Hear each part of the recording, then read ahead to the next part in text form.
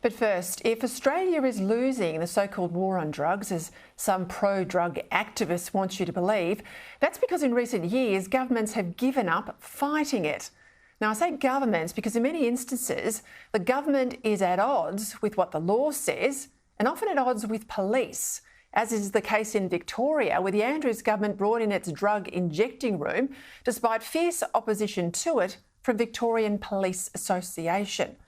But it's not just Victoria under the spotlight today, it's Anastasia Palaszczuk with the news that Queensland will become the first state in the country to provide taxpayer-funded pill testing of illicit drugs. Now, they want to call it harm minimisation, when the best harm minimisation is not to use illicit drugs in the first place, when the best harm minimisation is about teaching young people to stand up to peer pressure and drug pushers and resist the temptation to use junk cooked up by a bikie gang or made overseas and shipped into Australia in the first place. And this pill testing push comes on the back of moves announced last week, again by the Premier, Anastasia Palaszczuk, to liberalise the laws around illegal drug possession in that state. Now, under her changes, people will be able to carry heroin, cocaine and ice with no penalty, caught by police up to 3 times, and only when caught on the 4th time will they cop either a criminal charge or a warning. Before that, nothing. Now, this new soft on all illegal drugs approach mirrors the decade-long treatment of cannabis possession as something to generate a warning only, not a criminal charge, despite the considerable body of health evidence that links mental illness and cannabis use, particularly amongst young men, including schizophrenia. Now, nearly all the states are moving in the same direction as Queensland.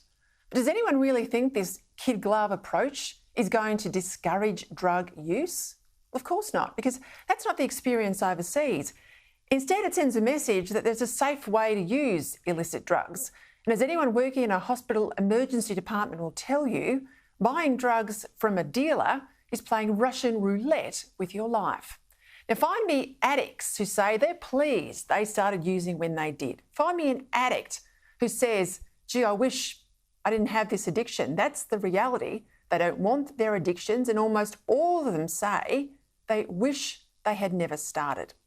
Serious mental illness, unemployment, family breakdown, crime and poverty, not to mention a wasted life, are the surest outcomes of getting wasted on drugs.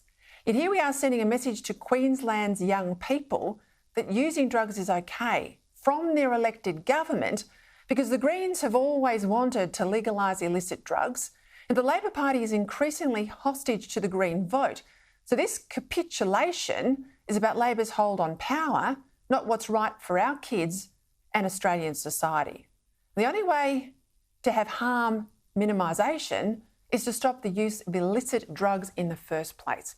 If we keep putting band-aids on bullet wounds on the assumption that recreational drug use can't be stopped, therefore we have to give in and just manage it. Now, rubbish. I'm old enough to have lived a life exposed to illegal drugs at almost every decade. School, university, plenty of illegal drugs in the media too, I might add. And I've been able to say no all the way along. And that comes from understanding the risks and the dead end that is drug use.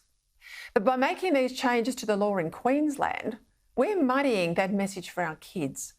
And that's why it should be opposed by all Queenslanders. I know this didn't get put on the table before the election, of course. She's doing it now. And rather than pretending that testing can make drug use harmless, Queensland police should be taking stronger steps to stop pills being taken into these venues in the first place. Sniffer dogs, detect the carriers, get the dealers out, charge them with possession. Decriminalising drug possession is sending all the wrong messages to young people. Is it any wonder that youth crime is becoming an epidemic in Queensland?